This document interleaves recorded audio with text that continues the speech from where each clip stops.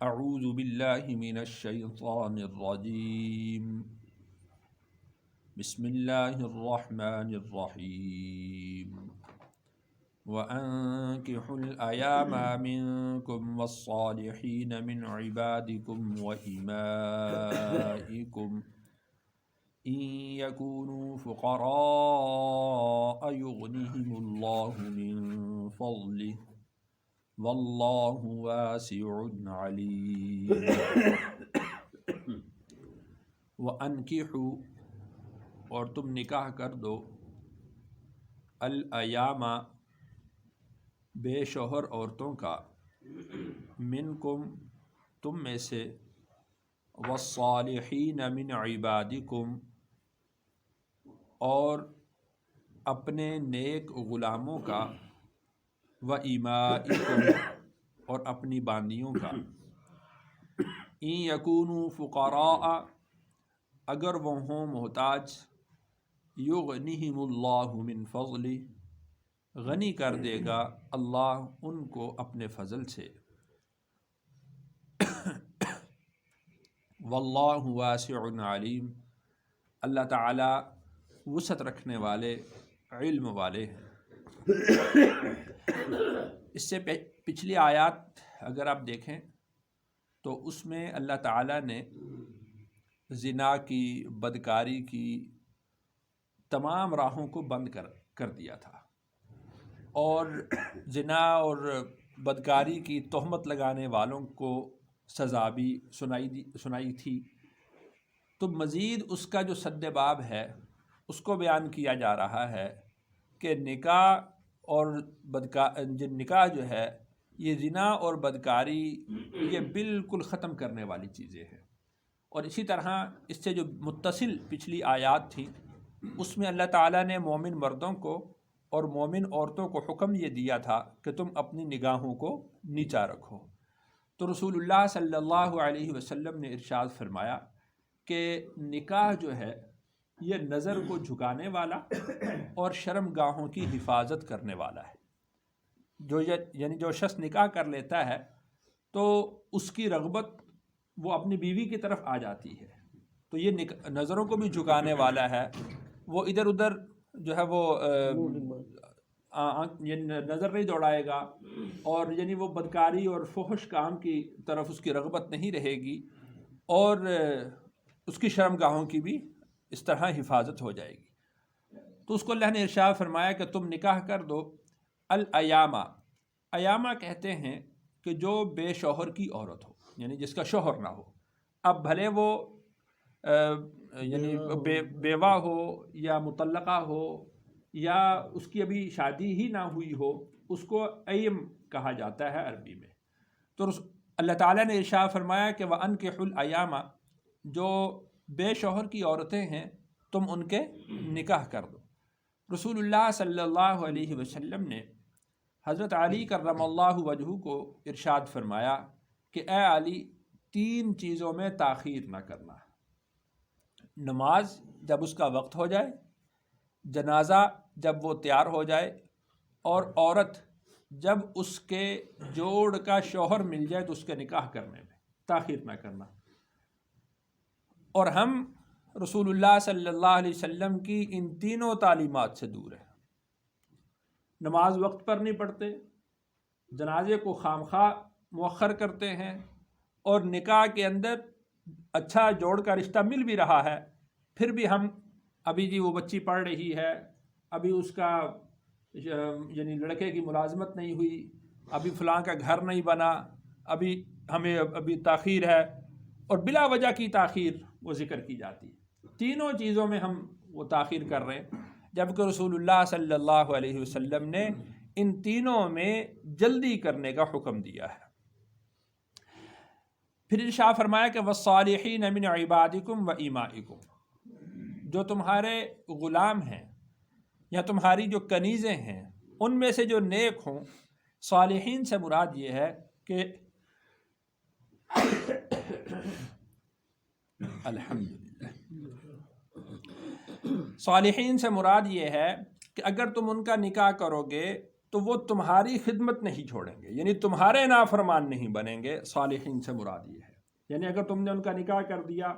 تو وہ اپنے نکاح کے معاملات کو درست کرنے کے لیے وہ تمہاری خدمت چھوڑ دیں۔ اگر اس طرح نہ ہو، تمہیں یہ معلوم ہو کہ وہ تمہاری خدمت میں برابر لگے رہیں گے، تو تم اپنے غلاموں کا اور اپنی باندیوں کا بھی نکاح کر دو۔ ان یکونوا فقراء، اگر ہو ان میں محتاج، کوئی بھی محتاج ہو، یعنی چاہے تو وہ آزاد ہوں چاہے وہ غلام ہوں۔ غلام تو ویسے محتاج ہوتے ہیں، لیکن بعض غلام ایسے ہوتے ہیں کہ جو محنت مزدوری کر سکتے ہیں اور وہ پیسہ روپیہ ادا کر کے آزادی بھی حاصل کر سکتے ہیں۔ اور اگر آزاد لوگ وہ فقیر ہیں، محتاج ہیں، تو یغنیہم اللہ من فضلہ، اللہ تعالیٰ ان کو اپنے فضل سے غنی کر دے گا۔ یعنی اس سبب سے کہ لڑکے کی ملازمت نہیں ہوئی، اس سبب سے کہ اس کا کاروبار نہیں ہے، نکاح میں پھر بھی تاخیر نہیں کرنی چاہیے، بلکہ اللہ تعالیٰ نے ارشاد فرمایا یہاں پر کہ ان یکونوا فقراء یغنیہم اللہ من فضلہ، اگر وہ محتاج ہیں تو اللہ تعالیٰ ان کو اپنے فضل سے غنی کر دے گا۔ تو نکاح سبب بن سکتا ہے اس کے رزق کی وسعت کا۔ ہو سکتا ہے کہ اس شخص کے مقدر میں اتنا ہی رزق ہے جتنا اس کو مل رہا ہے، اور جو آنے والا نیا فرد ہے وہ چاہے خاتون ہو چاہے مرد ہو، یعنی وہ دیکھ رہے ہیں کہ لڑکے کی ملازمت نہیں ہے اور یہ دیکھ رہے ہیں کہ ابھی لڑکے کا کاروبار نہیں چلتا۔ ہو سکتا ہے کہ نئے آنے والے فرد کی وجہ سے اس کے رزق میں وسعت ہو، اور اس کے رزق کی وسعت کی وجہ سے اس کے بھی رزق کے اندر وسعت ہو جائے۔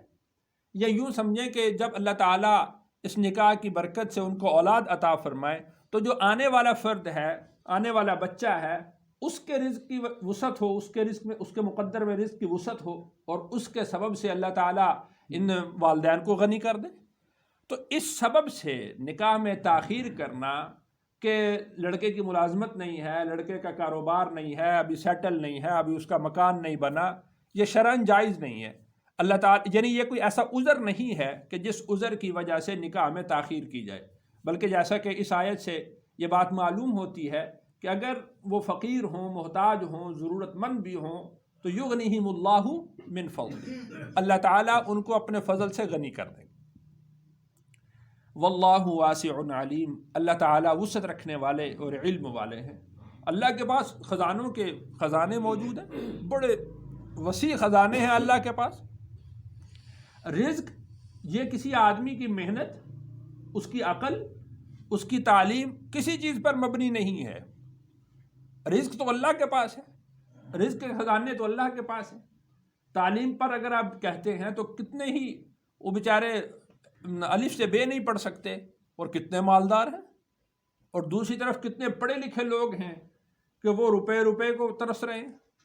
تو تعلیم کے ساتھ رزق کا کوئی تعلق نہیں ہے، عقل کے ساتھ رزق کا کوئی تعلق نہیں۔ کتنے بے وقوف ہیں بیچارے، بات کرنا نہیں آتی لیکن وہ مالدار ہیں، اور کتنے سمجھدار اور سیانے لوگ ہیں کہ وہ کوڑی کوڑی کو ترستے ہیں۔ تو عقل کے ساتھ بھی اس کا کوئی تعلق نہیں ہے۔ ایک آدمی ہے وہ مٹی کو ہاتھ لگاتا ہے، وہ سونا بن جاتی ہے، اتنا اس کا کاروبار اچھا ہوتا ہے، اللہ اس کے ایسے مقدر کھول دیتے ہیں۔ اور کئی سونار ہیں وہ کل کروڑوں پتی ہوتے ہیں، راتوں رات جو ہے وہ بالکل زیرو پہ آ جاتے ہیں۔ تو رزق کا تعلق نہ عقل کے ساتھ ہے، نہ تعلیم کے ساتھ ہے، نہ اس کا کوئی یعنی تجارت کے ساتھ اس کا تعلق ہے۔ رزق کا تعلق وہ اللہ کے ساتھ ہے۔ اللہ تعالیٰ نے جس کے لیے جتنا مقدر کیا ہے وہ اس کو اتنا ہی ملے گا۔ وَلْيَسْتَعْفِفْ، چاہیے کہ پاک باز رہیں، الَّذِينَ لَا يَجِدُونَ نِكَاحًا، وہ لوگ جو نکاح کی گنجائش نہیں پاتے، حَتَّى يُغْنِيَهُمُ اللَّهُ مِن فَضْلِهِ، یہاں تک کہ غنی کر دے اللہ ان کو اپنے فضل سے۔ یعنی اگر کوئی شخص اتنی وسعت اور گنجائش بھی نہیں پاتا کہ وہ اپنی بیوی کا مہر بھی ادا کر سکے، تو اس کو چاہیے کہ وہ پاکیزہ رہے، اور ہو سکتا ہے کہ اللہ تعالیٰ اس کو اس پاک بازی کے عوض میں اس کے رزق کے اندر وسعت کر دے۔ بدکاری انسان کے رزق میں تنگی لے کر آتی ہے، اور پاک بازی انسان کے رزق میں وسعت کر دیتی ہے۔ رسول اللہ صلی اللہ علیہ وسلم نے ارشاد فرمایا کہ تم میں سے چاہیے کہ ہر شخص نکاح کرے۔ اگر کوئی شخص آزاد عورت سے نکاح نہیں کر سکتا تو وہ باندی سے نکاح کرے، اگر وہ باندی سے بھی نکاح کرنے کی طاقت نہیں رکھتا تو اس کو چاہیے کہ پاک باز رہنے کے لیے وہ روزے رکھے۔ تو وَلْيَسْتَعْفِفِ الَّذِينَ لَا يَجِدُونَ نِكَاحًا حَتَّى يُغْنِيَهُمُ اللَّهُ مِنْ فَضْلِهِ، یعنی اگر اس کے پاس اتنا روپیہ پیسہ بھی نہیں ہے کہ وہ مہر بھی ادا کر سکے، جو ضروریات زندگی ہیں ان کو ادا کر سکے، تو پھر وہ پاک باز رہے، اللہ تعالیٰ اس کی پاک بازی کے عوض میں اللہ تعالیٰ اس کو غنی کر دیں گے۔ وَالَّذِينَ يَبْتَغُونَ الْكِتَابَ مِمَّا مَلَكَتْ أَيْمَانُكُمْ فَكَاتِبُوهُمْ إِنْ عَلِمْتُمْ فِيهِمْ خَيْرًا، یہ ایک خاص قسم کا مسئلہ ہے، چونکہ آج کل غلام موجود نہیں ہے تو اس وجہ سے یہ مسائل وہ سمجھنا ذرا مشکل ہوتے ہیں۔ پہلے یوں ہوتا تھا کہ اگر کسی آدمی کا کوئی غلام ہے، محنت کرتا ہے، مزدوری کرتا ہے، اچھا روپیہ پیسہ کما لیتا ہے، تو وہ اپنے مولا سے کہتا تھا، اپنے مالک سے یہ کہتا تھا کہ آپ مجھ سے پیسے لے لیں، جتنی میری قیمت ہے اس سے کم یا زیادہ جو بھی ان کا طے ہو جائے، تو میں آپ کو یہ پیسے ادا کر دوں گا، تو آپ مجھے آزاد کر دیں۔ جو مالک ہوتا تھا وہ اس کی وہ جو قیمت ہوتی تھی متعین کر دیتا تھا۔ مثال کے طور پر ایک سادہ سی بات ہے کہ غلام یہ کہہ دے کہ اگر میں آپ کو 2 لاکھ روپیہ دے دوں 3 مہینے میں، 5 مہینے میں، 6 مہینے میں، جو مدت طے ہوتی تھی، تو اس کے بعد آپ مجھے آزاد کر دیجیے گا۔ تو مولا اگر اس بات پر راضی ہو جاتا تھا تو پھر وہ محنت مزدوری کرتا تھا، اپنا جس طرح بھی کاروبار کرے، محنت مزدوری کرے، تو وہ پیسے جمع کر کے وہ اپنے مولا کو دے دیتا تھا۔ وہ قسطوں میں دے دے، اکٹھے دے دے، وہ ان کی آپس کی بات، وہ جس طرح بھی طے ہو جائے۔ تو جب وہ پیسے دے دیتا تھا تو پھر مولا اس کو کہتا تھا کہ تو میری طرف سے آزاد ہے۔ تو جو شخص ایک دفعہ آزاد ہو جاتا ہے تو دوبارہ وہ غلامی کی طرف نہیں آتا۔ تو یہ جو معاملہ ہوتا تھا، اس معاملے کو عقد کتابت کہتے تھے۔ اب اس میں وہ اس مولا کی مرضی ہوتی تھی، چاہے مثال کے طور پر ان کا جو طے ہوا ہے وہ 2 لاکھ، چاہے وہ 1 لاکھ لے کر 1 لاکھ معاف کر دے اس کو، کہ بھی جا ٹھیک ہے جاؤ تم آزاد ہو، بھلے سارا ہی معاف کر دے اس کو، کہہ دے کہ ٹھیک ہے بھائی تم آزاد ہو۔ تو اس کو عقد کتابت کہا جاتا تھا۔ اس کو اللہ نے ارشاد فرمایا کہ والذین یبتغون الکتاب، اور وہ لوگ جو تم سے چاہیں کتابت، مما ملکت ایمانکم، ان میں سے جو جن کے مالک ہوئے تمہارے داہنے ہاتھ، یعنی تمہارے غلاموں میں سے، فکاتبوہم، تو تم ان سے عقد کتابت کر لو۔ یعنی اگر کوئی غلام آپ کو یہ کہتا ہے کہ مجھ سے پیسے لے لو اور پھر مجھے آزاد کر دینا، تو فکاتبوہم، تو تم ان سے عقد کتابت کر لو۔ ان علمتم فیہم خیرا، اگر تم ان میں کچھ بھلائی دیکھو۔ اس میں اسلام کی جو مزاج ہے اس میں اس چیز کو دیکھا جاتا ہے کہ ان علمتم فیہم خیرا، اگر اس میں بھلائی ہو، جیسا کہ پیچھے بھی ہم نے پڑھا ہے کہ اللہ نے ارشاد فرمایا کہ والصالحین من عبادکم و ایمائکم، اگر تم ان میں نیکی دیکھو، ان میں بھلائی دیکھو۔ تو یہاں پر بھی یہ ہے کہ ان علمتم فیہم خیرا، اس لیے کہ جو آزاد آدمی ہے اس کے حقوق اور طرح کے ہیں، اور جو غلام ہے اس کے حقوق اور طرح کے ہیں۔ اگر تم یہ دیکھتے ہو کہ اگر اس غلام کو آزاد کر دیا جاتا ہے، آزادی کے بعد یہ بہتری کی طرف جائے گا، بھلائی کی طرف جائے گا۔ بعض لوگوں کا مزاج یہ ہوتا ہے کہ جب تک ان کے سر پہ ڈنڈا لے کر کھڑے نہ اس وقت تک وہ خیر کا کام اور نیکی کا کام بھی نہیں کرتے۔ تو اگر تم دیکھو کہ یہ غلام ایسا ہے کہ جو نیکی کی طرف بڑھنے والا ہے، خیر کی طرف بڑھنے والا ہے، اس میں بھلائی غالب ہے، ان علمتم فیہم خیرا، اگر تم اس میں بھلائی دیکھو تو تم ان سے عقد کتابت کر لو۔ اس کی وجہ یہ ہے کہ جو غلام آزاد کیا جاتا تھا تو وہ اپنے مولا کی طرف منسوب ہوتا تھا، اور اس کے مرنے کے بعد اس کی میراث بھی اس کے مولا کو ملتی تھی۔ یوں سمجھ لو کہ دوسرے الفاظ میں کہ وہ اولاد کی طرح ہوتا تھا۔ تو یعنی اگر وہ اولاد کوئی فوت ہو جاتی ہے تو اس کی وراثت جس طرح اس کے والدین کو ملتی ہے، اسی طرح اگر یہ غلام کوئی بھی گناہ کرتا تو اس کی چٹی بھی اس کے مولا کو پڑتی تھی۔ تو ان علمتم فیہم خیرا، یہ شرط اللہ تعالیٰ نے لگا دی۔ وآتوہم، اور تم دو ان کو، من مال اللہ الذی آتاکم، اس مال میں سے جو اللہ نے تمہیں عطا کیا ہے۔ تو ان غلاموں کو آزاد کروانے کے لیے عام مسلمان وہ زکوٰۃ بھی دے سکتے تھے، صدقات اور خیرات بھی دے سکتے تھے۔ جو زکوٰۃ کا جو نصاب ہے اس میں وہ پھر رقاب کا ایک لفظ آتا ہے کہ جو غلام ہیں ان کو آزاد کروانے کے لیے تم زکوٰۃ ادا کر سکتے ہو۔ تو ان غلاموں کی آزادی کے لیے جو مالدار لوگ ہیں وہ ان کو زکوٰۃ دے سکتے تھے۔ وآتوہم اور تم دو ان کو من مال اللہ الذی آتاکم اس مال میں سے جو اللہ نے تمہیں عطا کیا ہے ولا تکرہوا اور تم مجبور نہ کرو فتیاتکم اپنی کنیزوں کو اپنی باندیوں کو علی البغاء بدکاری پر ان اردنا تحصنا اگر وہ پاک باز رہنا چاہیں لتبتغوا تاکہ تم حاصل کرو عرض الحیات الدنیا دنیا کی زندگی کا کچھ سامان ومن یکرہہن اور جو ان کو مجبور کرے فإن اللہ من بعد اکراہہن غفور الرحیم پس بے شک اللہ تعالیٰ ان کو مجبور کرنے کے بعد معاف کرنے والا ہے اور رحم کرنے والا ہے۔ عبداللہ بن ابی رئیس المنافقین اس کا طریقہ کار یہ تھا کہ اس نے باندیاں خریدی ہوئی تھیں اور پھر باندیوں کو بدکاری پر بھیجتا تھا اور ان کی آمدن جو ہوتی تھی یہ وہ کھایا کرتا تھا۔ تو اللہ تعالیٰ نے ارشاد فرمایا کہ وَلَا تُكْرِهُ فَتَيَاتِكُمْ عَلَى الْبِغَاءِ تم اپنی باندیوں کو اس سے بدکاری پر زنا پر مجبور نہ کرو، بلکہ رسول اللہ صلی اللہ علیہ وسلم نے ارشاد فرمایا کہ یہ بدکاری سے حاصل ہونے والی رقم اس کا کھانا حرام ہے، کتے کا مال حرام ہے، خنزیر کا مال حرام ہے، اسی طرح بدکاری کا مال وہ حرام ہے۔ وَلَا تُكْرِهُ فَتَيَاتِكُمْ عَلَى الْبِغَاءِ کہ تم اپنی باندیوں کو بدکاری پر مجبور نہ کرو۔ ان اردنا تحصنا بہت ساری باندیاں اس کی ایسی تھیں کہ جو عبداللہ بن ابی تو منافق تھا، یہ ایمان لے آیا تھا، تو اب غلاموں کو تو معلوم نہیں تھا کہ یہ منافق ہے، اب وہ بھی دیکھا دیکھی کہ ہمارا مولا جو ہے وہ ایمان لے آیا ہے تو ہم بھی اس کے مذہب کو اختیار کر لیں، وہ بھی مسلمان ہو گئی، تو وہ چونکہ اندر سے تو وہ کافر تھا۔ اب یہ باوجود یہ کہ یہ مسلمان ہو گئی تھیں اور ان کا ارادہ یہ نہیں تھا کہ وہ کسی قسم کی بدکاری کریں، یا جو پہلے بدکاری ہو چکی تھی اس پر وہ توبہ کر رہی تھیں، یہ پھر بھی ان کو مجبور کرتا تھا۔ تو اللہ تعالیٰ نے ارشاد فرمایا کہ ان اردنا تحصنا اگر وہ ارادہ کریں پاک بازی کا لتبتغوا عرض الحیات الدنیا تاکہ تم دنیا کی زندگی کا کچھ سامان حاصل کر سکو، یعنی ان سے بدکاری کروا کر زنا کروا کر ان کی وہ رقم تم کھاؤ۔ ومن یکرہہن اب دیکھیں کہ وہ باندیاں تو اس کے قبضہ میں ہیں، اس کے ماتحت ہیں، اب ان پر جبر کرتا ہے، ان کو مارتا ہے کہ تم یہ بدکاری کے لیے کیوں نہیں جاتی، اب ان کو خواہی نہ خواہی جانا پڑتا ہے۔ تو ومن یکرہہن اور جو شخص ان پاک باز باندیوں کو یعنی جو پاک بازی کا ارادہ رکھتی ہیں ان کو مجبور کرتا ہے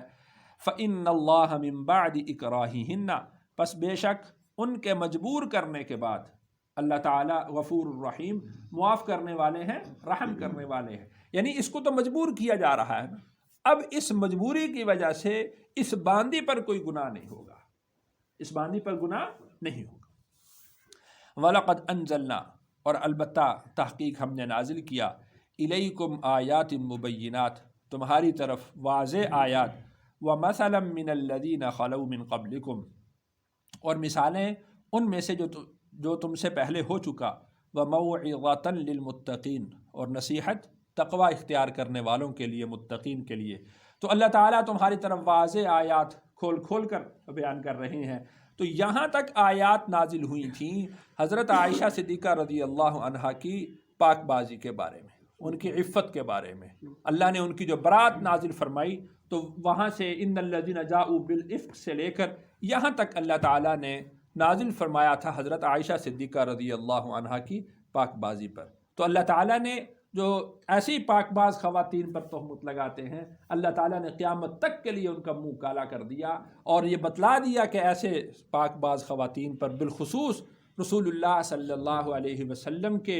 جو ازواج مطہرات ہیں ان پر جو کوئی تہمت لگائے گا یا ان کے بارے میں اس طرح کی گفتگو کرے گا تو قیامت تک وہ رسوا ہوتا رہے گا اور قیامت تک اس رسوائی اس کا مقدر ہوگی۔